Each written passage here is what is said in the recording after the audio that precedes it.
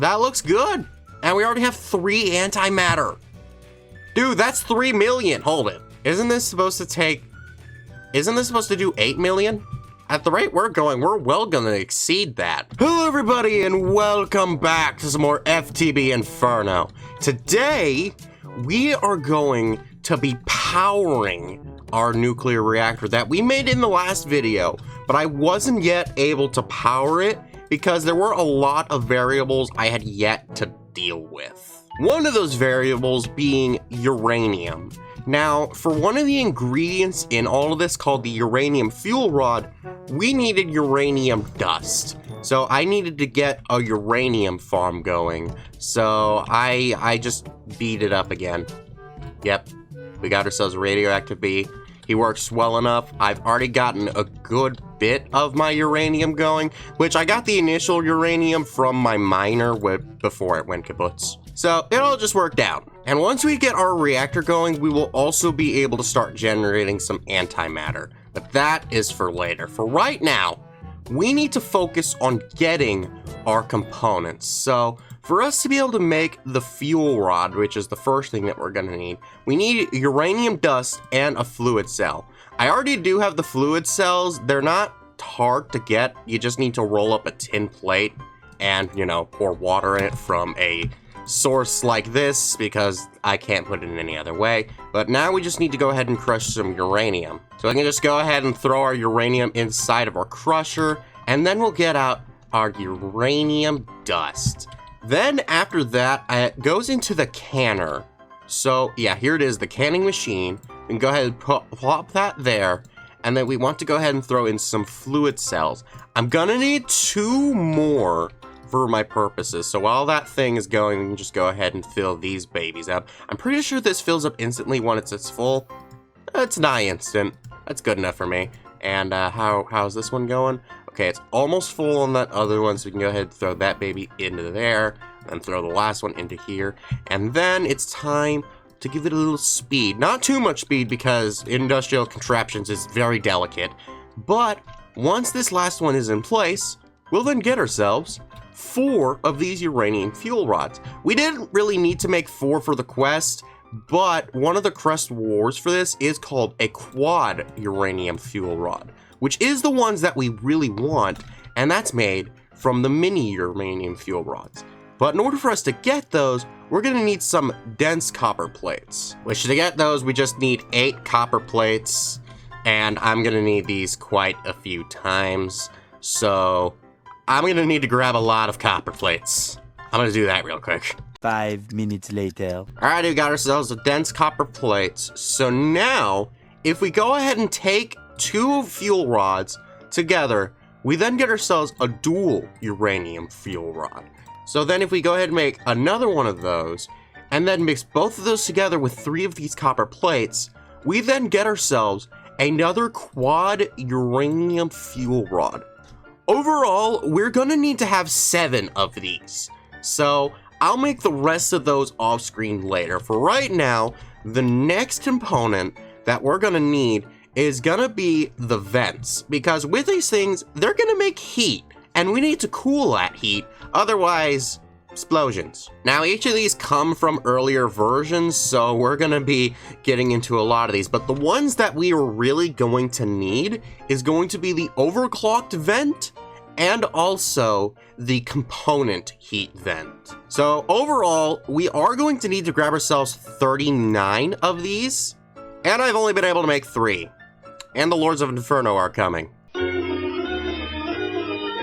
Alright, I got all the heat vents I'm ever gonna need for the miniature ones. So then 11 of these are going to go into making the component heat vent, which is going to take a lot of tin, which means we're just gonna need to go ahead and compress 44 of these and speed that baby up, otherwise it'll take forever. Oh my gosh!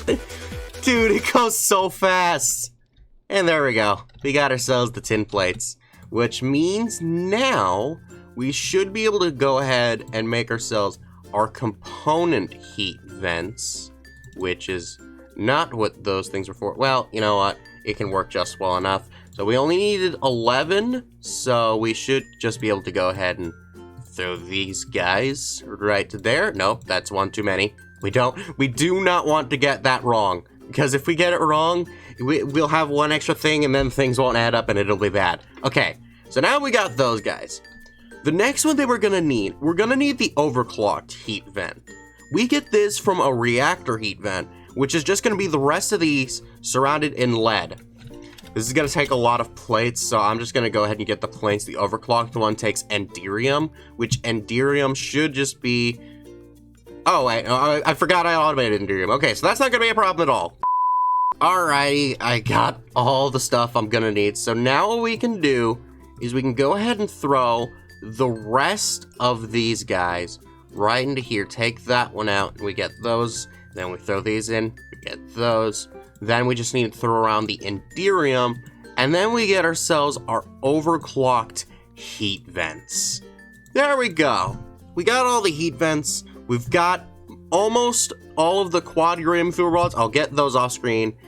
The only thing left that we need is gonna be this component heat exchanger and this reactor plating. Now, the reactor plating is actually excessively easy. We just need to go ahead and make all those, and I am one short.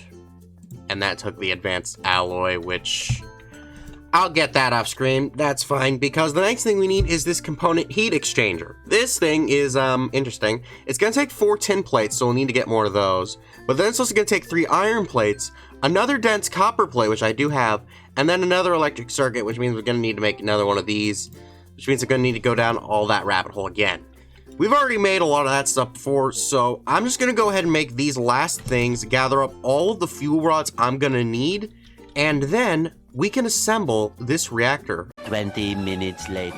Alrighty, I got all the ingredients. So now, if we go into here, if I put a fuel rod right up here, and then we click this question mark right here, this will give us information on everything. And freaking Lords of Inferno, are you serious? Okay, as I was saying, if we go ahead and put one of these fuel rods into here, and then click the question mark, you can see right here, this will give us a bunch of information. This reactor will run for 105 seconds on the one fuel rod. It will have a max energy generation of 60 zaps per tick, and it'll give me 6,300 zaps total.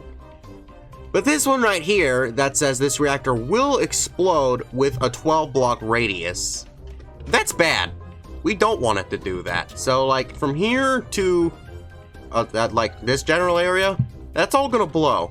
And I don't know if this has like a nuclear setting kind of like mechanism, so we really don't want that to happen. So what we will be able to do is by putting multiple fans in here, we can kind of reduce that risk. So if I were to just go ahead and put a couple of these like around here, and then we keep checking, yeah, now this reactor will not explode where we currently are. It'll run for 2,000 seconds and give me a total of 1 million zaps. That's pretty good. So now, what we can go ahead and do is we can go ahead and just spread these things all around. I am actually looking at a picture because I did have to look up how the reactor kind of worked when I initially did this. So I'm kind of just going off of where the guide took me. Alrighty, here we go.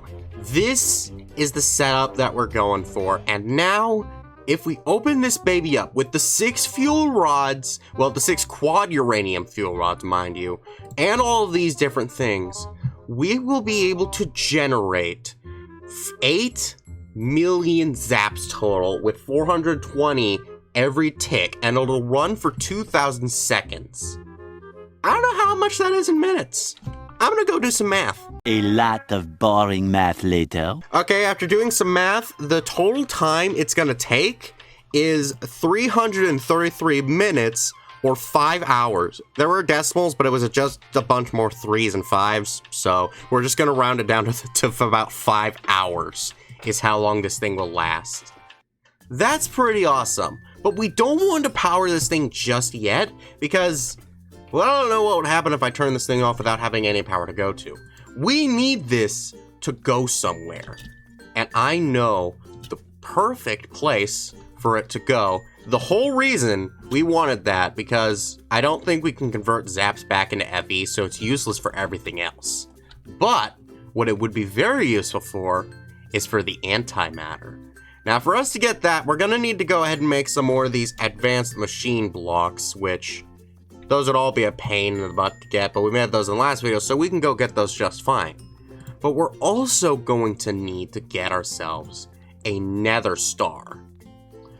So that means I am going to have to fight the Wither again.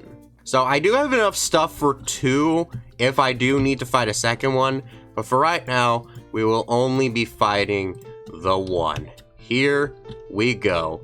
Oh, the music plays. I still don't know how I'm flying. I don't have my Infernal Flight Elixir flight effect on. This makes no sense. Oh, here he goes. Here he goes. Hey, come here. Come here. Come here. He's flying too fast. He's flying too fastly away. Okay, wait. We need to descend. We need to descend so that way he won't be too enhanced up there. We're gonna need to go ahead and grab ourselves our strength potion. There we go. That way he can come down here and just meet me in battle. The flight's finally freaking fix itself. Okay, there we go. So now we fly. We fly. Okay, so Wither, you know you want to come here. You know I want to get you. So if you could just die for me, that would be great. And okay, yes, he's weakened. Okay, he's gonna do this regeneration thing now, and now he's dead. Yes, and there's the star. I see it. Come here. Come here. Yeah, there we go. We got ourselves the star. Alrighty.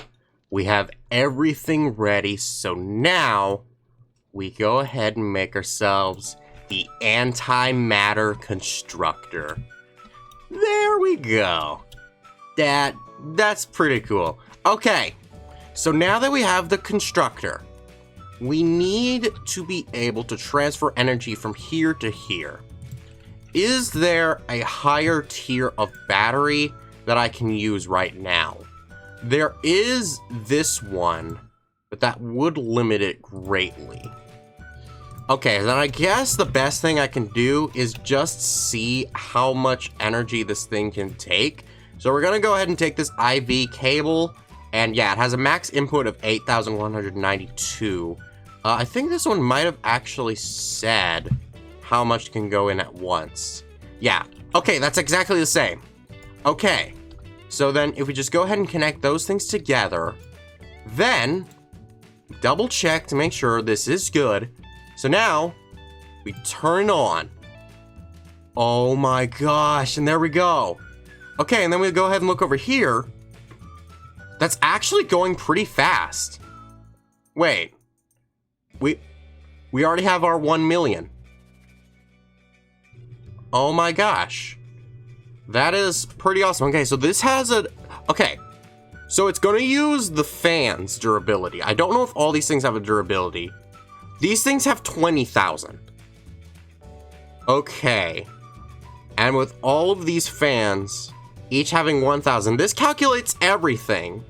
So it should just never blow up. But yeah, that looks good. And we already have 3 antimatter. Dude, that's 3 million. Hold it. Isn't this supposed to do 8 million? At the rate we're going, we're well gonna exceed that. Maybe this doesn't take as much as I thought it. Nope, it says 1 million. Huh. Well, we're gonna go ahead and take it out. And there we go. Now we have ourselves our first antimatter. There we go. That is awesome. So now, with this antimatter, this is going to go into pretty much everything for the end game. It's going to go into the tier 4 armor, which I won't get that today, but that's definitely going to be something to look forward to. It's going to go into these crystals right here, which are going to be important for later purposes. And with this, we can actually use our crystal resonator and some life essence to start creating more iridium straight in the ingot form. That's awesome. It'll also allow us to make lead singularities, which apparently this is going to also have a singularity game. But by the look of it, with how much the catalyst isn't used, we should be fine. Oh, wait a minute. For the infinity ingot, that's a problem.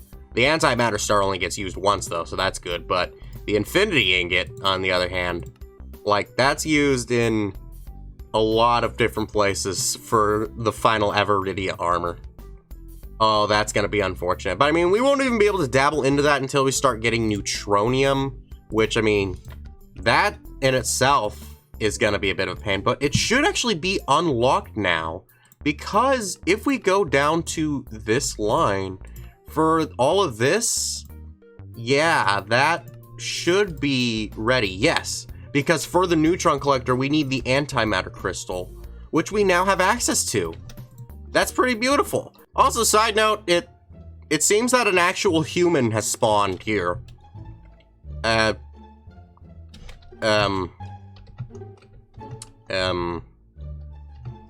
How on earth do you exist here? Did you pass through the portal when I'd opened it? I haven't even opened a portal yet, I just used the dimension carver. Okay, that exists. Weird things have happened today. So do you like this video? Good. Then be sure to check out our last Inferno video where we started out our endeavor for this reactor and made its casing. Bye-bye!